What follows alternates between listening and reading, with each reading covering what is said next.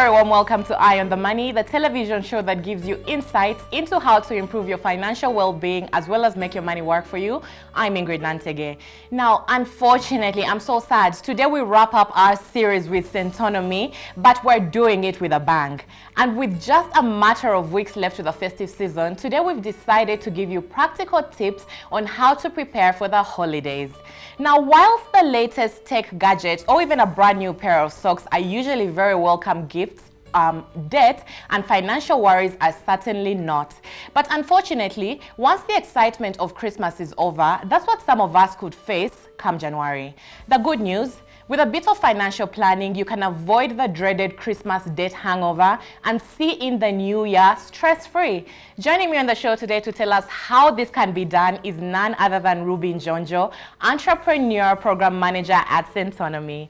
You're welcome to the show, Ruby. Thank you, Ingrid, for having me. I'm delighted to be here. As I am. That yes, I am. It's been so great. I feel like there's so much. We've had such a good time, and I'd really like us to just continue. We need to figure out how to continue. Again then, right? Yes, I'd be happy to. But I'm so glad you've made the time to come and talk to us about the festive season. Yes. And I really feel like at least we've had this conversation in good time. That way people have ample time to prepare. Yes, absolutely. Now, Ruby, before we even get into the conversation at hand, we usually like to take to the streets of Nairobi to see what the people feel about a topic of conversation for the day. So we did just that. Okay. Watch.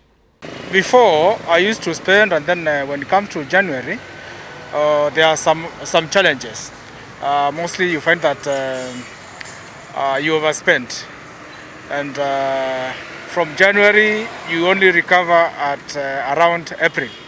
Well, I'm very smart when it comes to the Christmas Eve. One, I must be more than careful because January is very challenging. So in other words, I have to save the money and spend little and avoid a lot of movement, especially when I'm with my family. That's only the way you can overcome. If you overspend, then you'll have a problem in January. As you're aware, the system of education has changed. They are crossing like 1 month or a month and a half. So to have enough money to educate my kids, I need to spend less preparing for the next year January. Hata hiyo mambo ya kwenda nyumbani, sijui unanunulia watoto nguo, sijui nini, nguo inanunuliwa any time. Anaweza vaa ile ulimnunulia hata 2 months ago. Si lazima ununue wakati wa festive. Alafu chakula si ni ile watu wanakula kila siku. Ni ile watu wanakula kila siku. So atakwambia nataka chapati na alikula hata chapati jana.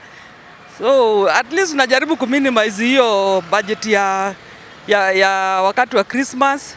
Ndio January ikifika unajipanga. Unajua ile kidogo nimebakisha itanisukuma mpaka mwisho wa mwezi upate pesa zingine tena. Christmas lazima nitumie pesa. So there is some money that I put aside for maybe fees ya mtoto, mtoto lazima aende shule. So kuna pesa ya matumizi ya wakati wa Christmas na ya mtoto pia iko. So I can say nakuanga niko sawa. Mimi nakuanga broke saa zote kwa maana mimi ni mama biashara. Na kila wakati tunakuwa tu block kila wakati, lakini kwa kama sana Januari ikifika watu kuwa broke sana, ndio hapo tumetoka Christmas, tumetumia pesa. Sasa hapo tunarudisha watoto shule. I wouldn't say broke because you need to know how to budget and know what you need, what you don't need. So if you plan yourself well, you won't be broke. It is all about saving and the proper budgeting for the January. For example, if you have been spending maybe 30,000 in Christmas use, do it halfway. Spend 15. Less clothes to your families and all that. Less spending to big places and all that. And the men like us used to avoid a lot of spending in clubs and all that, taking people outside and all that. This is all the way. Less pressure will come. We try to copy some people's life, how they spend, without maybe knowing their source of income. So it's a matter of maybe being yourself, live your life, and at least if maybe you don't have enough source of income, try to utilize the one that you have, so that it can sort you when maybe it comes to those trying moments. Mtu mwenyewe ndio anafaa kujipanga kulingana na nguvu yake, kwa sababu huwezi kwenda kwa duka uingie kwa uchumi uache kusukua vitu ukizaza kwa troll na una hiyo pesa. ni lazima kama pesa yako ni ya mkate moja, uingie uende usikue mkate moja utoke.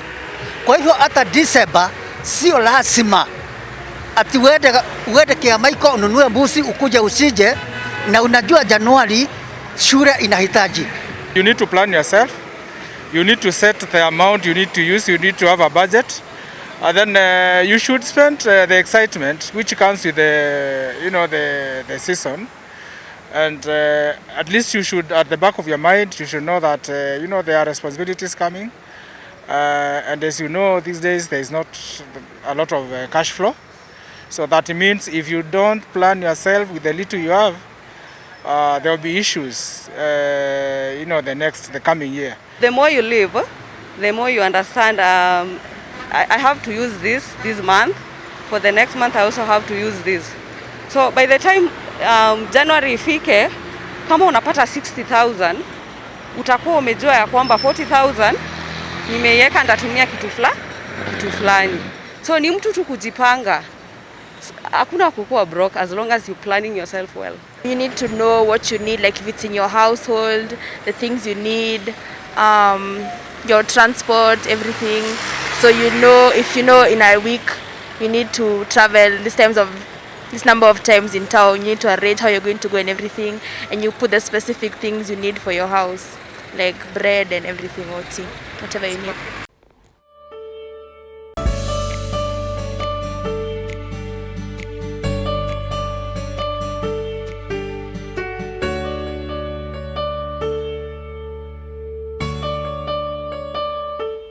Now, Ruby. Yes.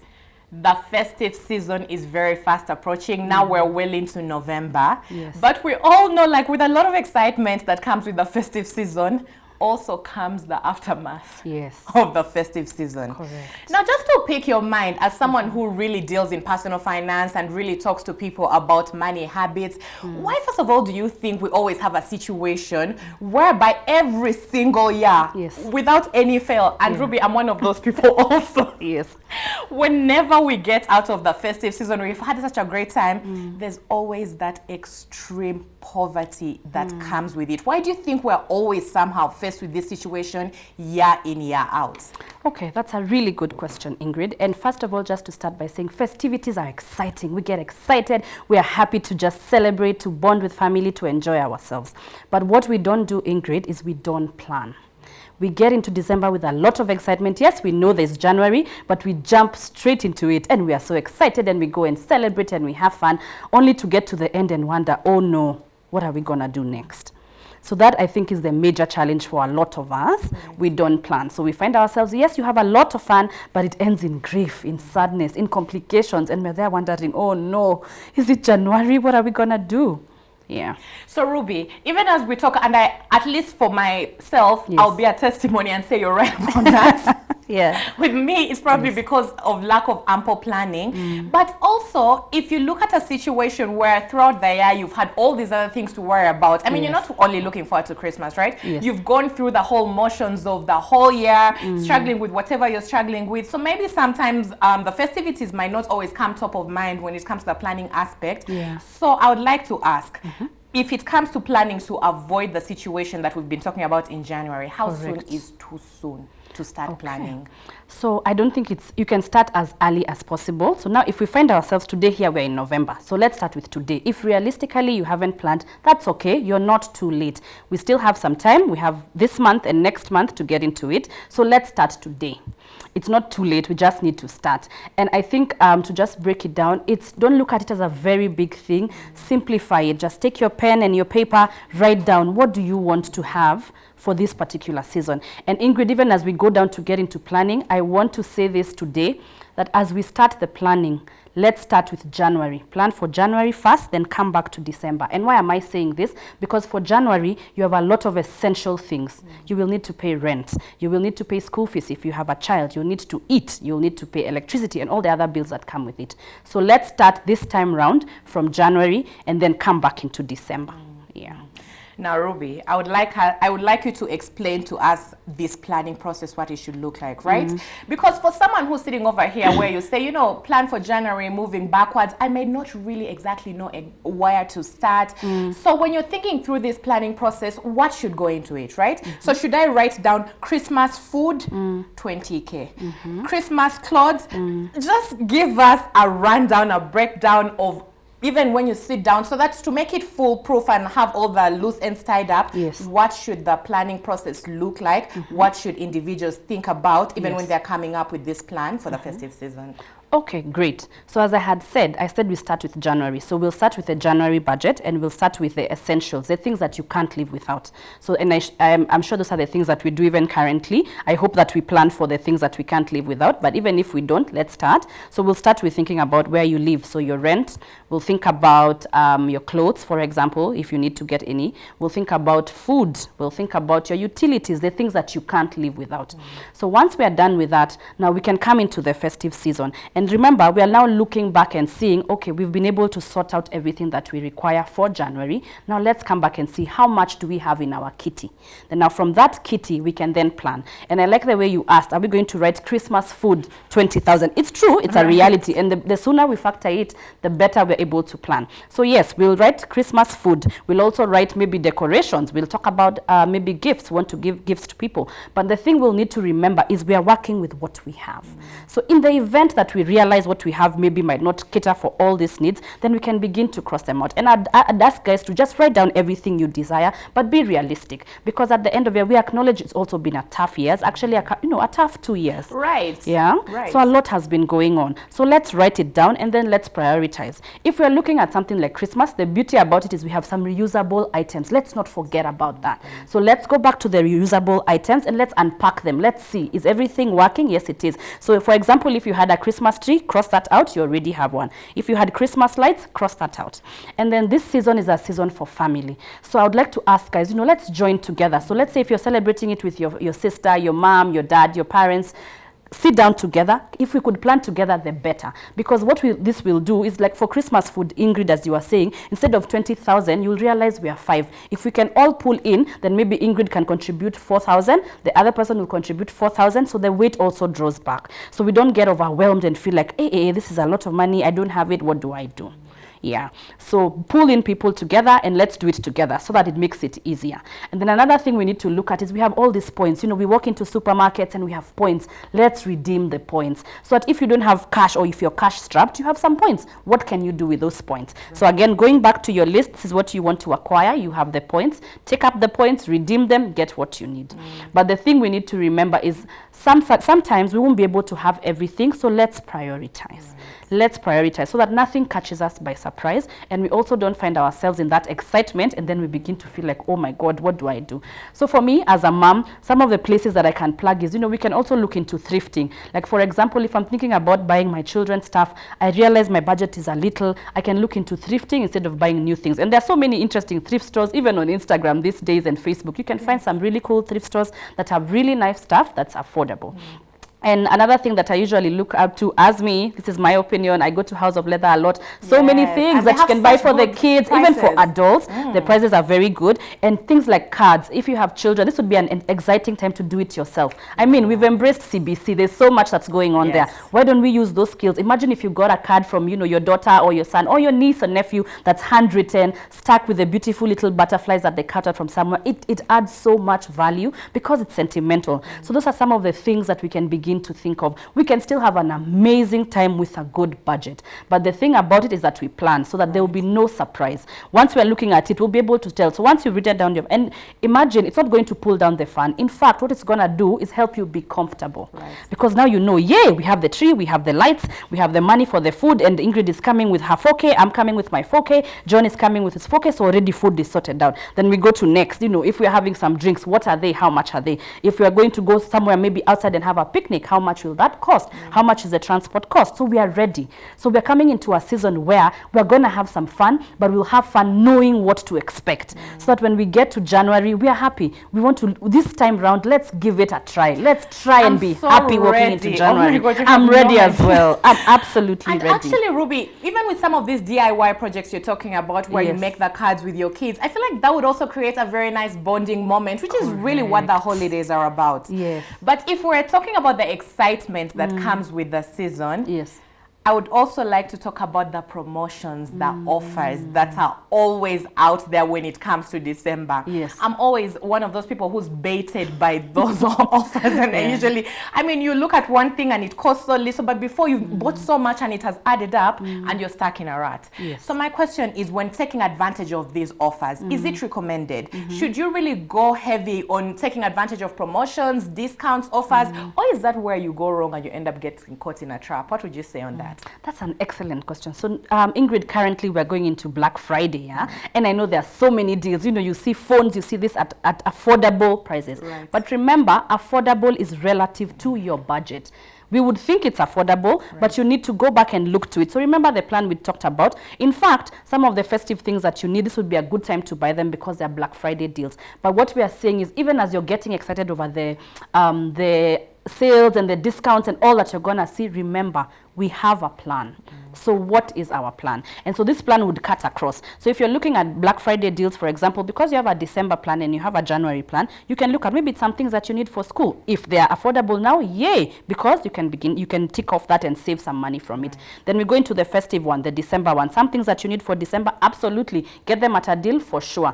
But to avoid getting those things that you then look at and you're looking at them in January and you're like, can I sell this? Would someone be willing to buy this? Do I really need this? That's why we come back to the plan. So the key thing is to always have a plan. And it's a simple plan. It's just written down, and there's a lot of power in writing because everything you write down, you're then able to reflect. You know, you can turn the page back and say like, oh, okay, I've gotten this, I've not yet gotten this. Oh, there's a Black Friday deal here. This is the time to get it. Yeah. Now, Ruby, I love the emphasis you've put on the importance of actually having a plan, but I could be wrong, but in my head, a plan is also kind of synonymous with a budget, right? Yes.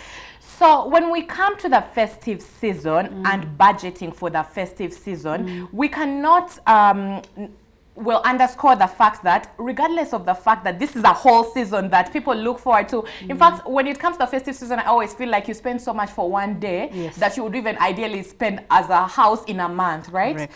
Yeah. So that the normal daily expenditures that you'll still incur, those won't go away, but you also still have to plan for the festive season. Yes. So when it comes down to budgeting, does it require to have a separate budget for the festive season from the one of day-to-day expenses? How do you go about making sure that the money still sustains you, right? Because now you have two things to cater to, but the same income source. Correct. Yes.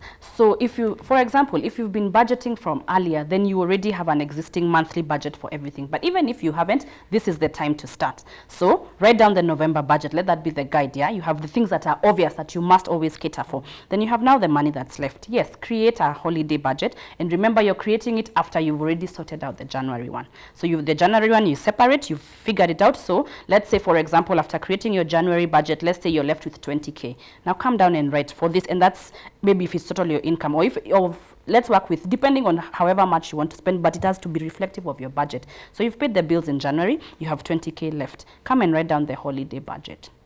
Write it down. If for some people, they might be lucky you had begun maybe to plan earlier for a holiday trip, yay for you, because it means it was already in your budget. So for this month, probably you're taking maybe the last installment of a trip that you're paying for, so that is already set. But now, for these other things, here is the 20K. What do I do with it? So begin to write. We need, as we said, we'll need extra food because we eat a lot. This is a time for eating and binging and having a lot of fun. We want to do decorations, we want to do gifts. So now, depending on your budget, you can then come back and say, maybe earlier we used to give gifts to our entire extended family. But now when I look at my budget, it's a bit of a struggle. So as we had said, maybe can I do the do-it-yourself cards for everybody, but for the gifts, I leave it maybe to my nuclear family. So now this budget is the one that will guide you. And now this is the holiday budget. So you've already sorted out January, you've already sorted out November and December in terms of bills. So now you're looking at what you have left. And then now we capitalize on this. Yeah. Ruby, at this point, I'm going to take a very, very short break. But if your audience, our audience back home, I know you probably don't want to turn that dial or move away, because we have a lot more coming your way after the break in terms of preparing for the festive season. And remember, you can be a part of this conversation by sending your feedback to our social media handles at Metropole TV KE on Facebook, Instagram, and Twitter. We'll be right back.